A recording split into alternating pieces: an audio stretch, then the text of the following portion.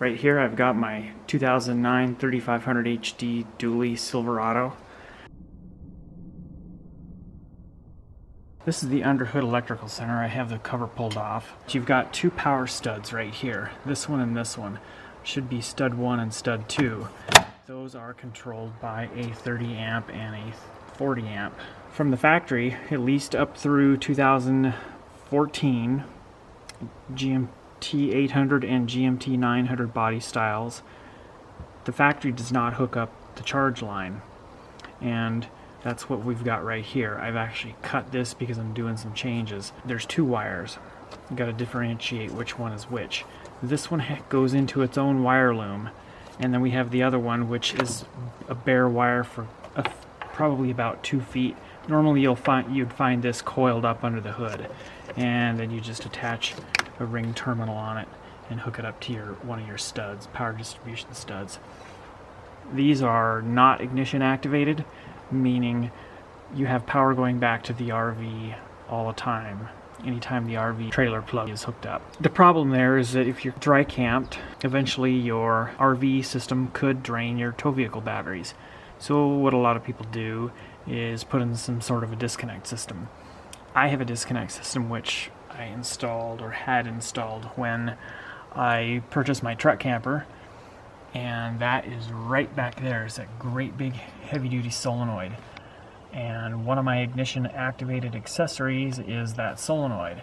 So that green wire comes over into this power distribution center. I think it's going to be inside that wire loom. So I only have power going back to the RV when the truck is running. I've made some changes since this was put in. I now have a big heavy-duty charge line, but when this was installed, this red wire here, it's actually red with a black tracer, this was relocated up to the output side of my stud, and then a new wire was routed from the other stud over to the power distribution post on my underhood electrical center.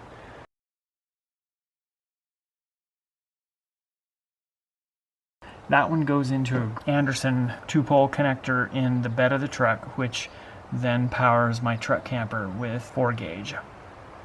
So I labeled, this is the output side, meaning this is the side that goes to the camper plug in the truck bed, and then this side goes to the battery.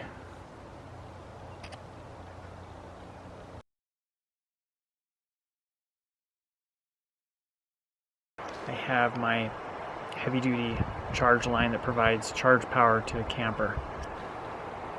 It goes up into the truck bed through a piece of foam pipe insulation. There's a little access hole up there, kind of right in the area of the stake pocket that gets you into the cavity behind the truck bed. The wire is then routed down the truck bed along the frame, and then it's zip tied to all of the other wiring under the truck. And here's the pigtail that I have that goes into the camper. I have a zip tie wrapped loosely around the propane gas line, and that purpose is just to store that cable as I load and unload the camper.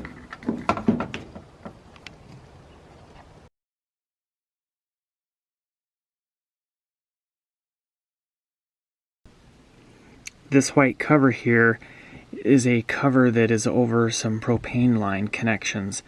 That's a gas tight enclosure you can kind of see how it's all sealed up.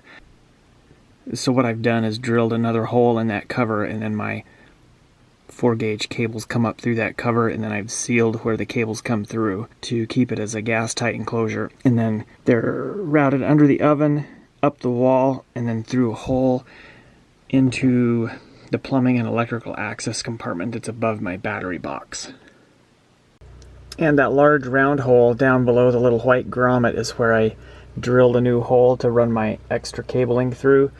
And my positive cable comes up here, and it's this cable right there. It connects to the circuit breaker, and then the rest of the wiring is factory wiring.